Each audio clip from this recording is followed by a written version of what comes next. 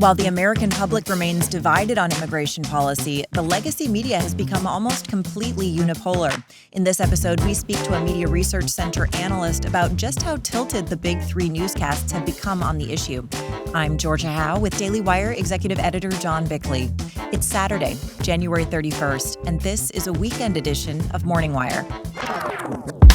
This episode is sponsored by Brickhouse Nutrition. By the time the average person reaches 60, they've likely cycled through numerous fad diets like juice cleanses, the cabbage soup diet, and raw food regimens, collectively losing and regaining several hundred pounds over the years.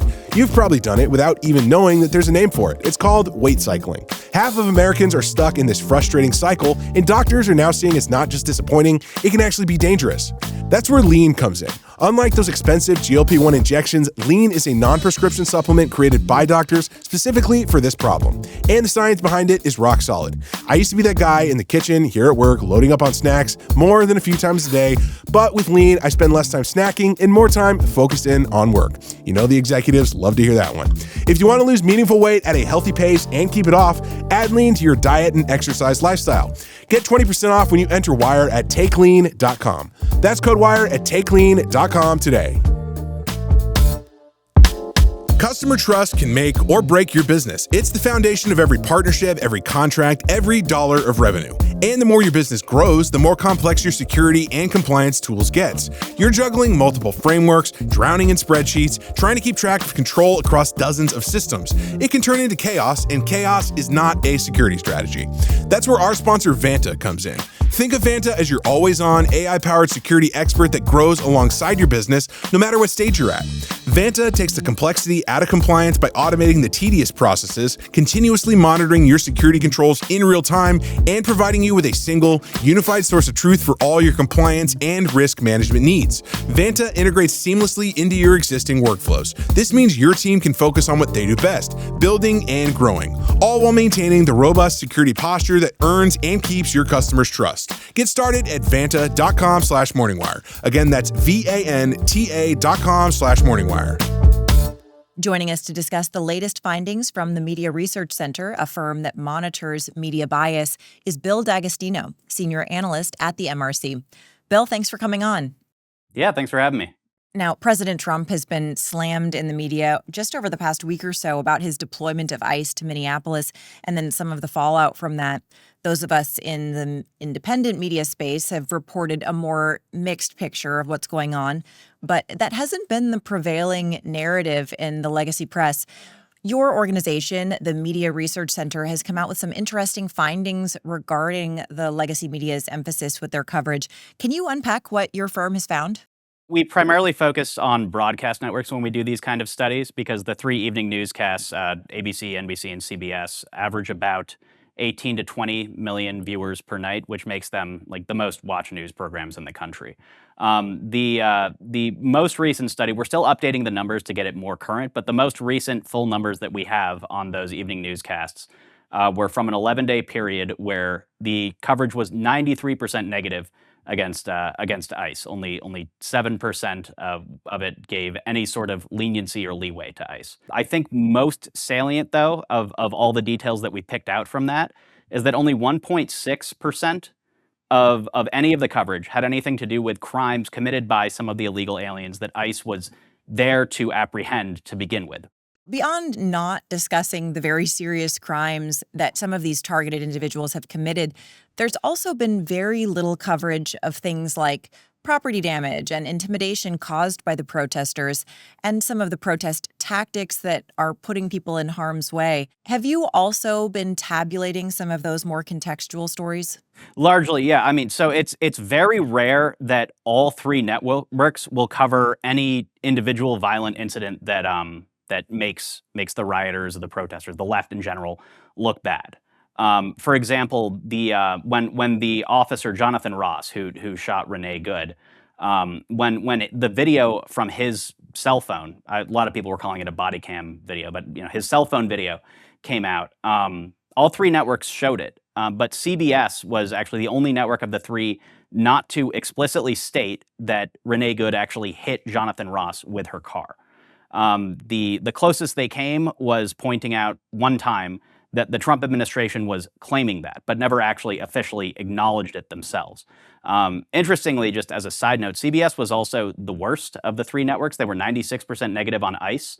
They were also the only network that had a reporter just outright accuse Jonathan Ross of murder, not even like saying alleged or whatever, just straight up said he murdered Renee Good, which I find interesting because there's a lot of hue and cry from the left right now about how CBS has basically become a Trump propaganda network, which our numbers say is very much not the case. Now, independent media has been reporting on the organized funding and structure of these protests. Has there been any discussion of that angle in the legacy press? There was none in the. Again, we're still updating the numbers, so I don't know some of the most recent broadcasts. I can't say with 100% certainty that they haven't mentioned it, but certainly there was none of that in the period that we studied, and anything that I've looked at since then. And we're a few days behind still as far as updating all the numbers, but it's there's basically no interest whatsoever in investigating what is actually like behind these protests, and more importantly, I think what is the cause of this whole melee to begin with, right? Because it's basically there are three things that could, or I guess have to change for the temperature to be taken down, which is one, the Trump administration backs down and sends ICE out of the state, right? Stops trying to enforce immigration law.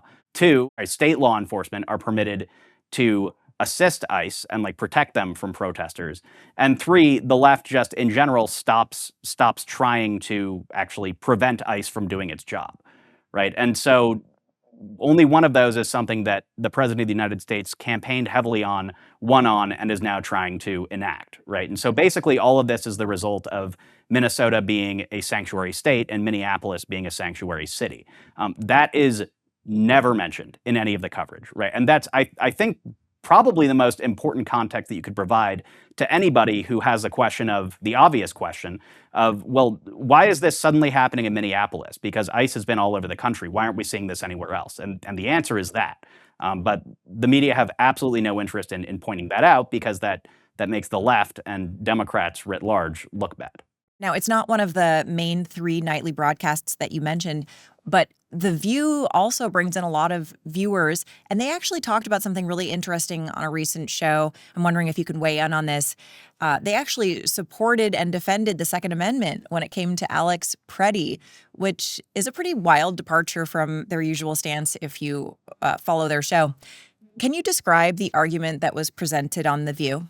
I mean, yeah, this is kind of the low info, disingenuous take that's being pushed by a lot of liberals, not necessarily. I mean, some Democrat politicians too, I guess. But the idea is basically, oh, okay, so just because the guy had a gun when he was interfering with law enforcement and acting aggressive towards them, suddenly that means they can shoot him. Him possessing a gun, okay, well, I guess the right doesn't support the Second Amendment anymore. That's basically the argument. The thing I think that everybody is failing to notice when they make that argument is the term brandish, or the phrase brandish at law enforcement, is actually nowhere in the Second Amendment, and I think for probably a pretty obvious reason. But more generally, this is actually fairly consistent for The View, in as much as they basically have no principles and will argue whatever facts they think bolster whatever narrative they're trying to push, right? So if becoming pro Second Amendment they think helps their argument, then okay, they'll wear their Second Amendment hat for as long as it takes for them to win the argument. Now, speaking of CBS, they recently brought up Nick Shirley again in the context of some of the unrest in Minneapolis. What are they saying about Nick Shirley?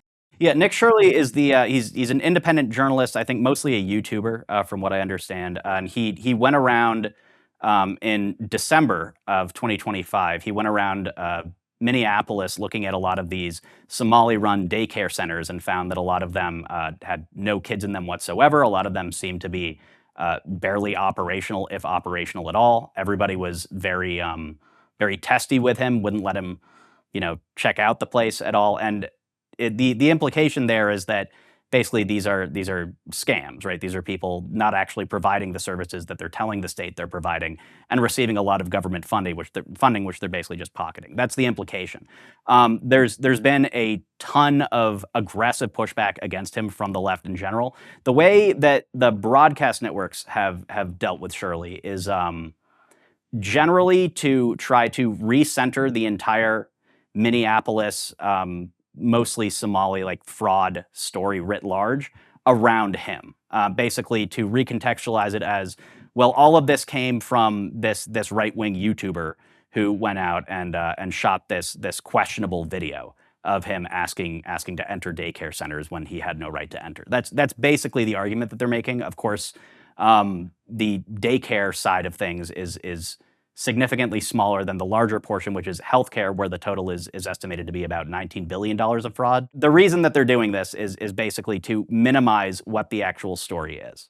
Now, you mentioned that the big three networks have a massive combined audience. How do you think the coverage from the legacy press is affecting general support for ICE?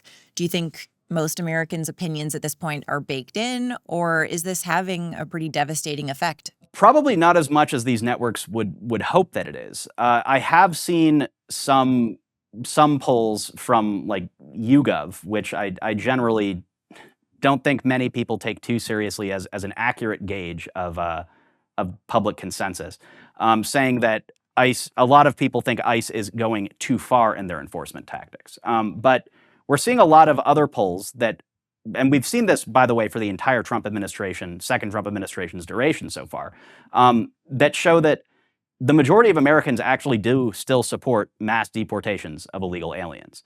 And in fact, it's kind of become this constant source of frustration for the media, because every time they poll it, they find that, yeah, still a majority of Americans support mass deportations. And everybody all of them are basically competing to try to become the first network or the first poll group to finally find a way to phrase the question at the right time with the right cohort of poll respondents to get that under 50% result, right? And finally, so then everybody can run headlines of, oh, has America turned on ICE's immigration plan? Well, Bill, this was very helpful. Thank you so much for coming on. Yeah, thanks so much for having me. That was Bill D'Agostino from the Media Research Center, and this has been a weekend edition of Morning Wire.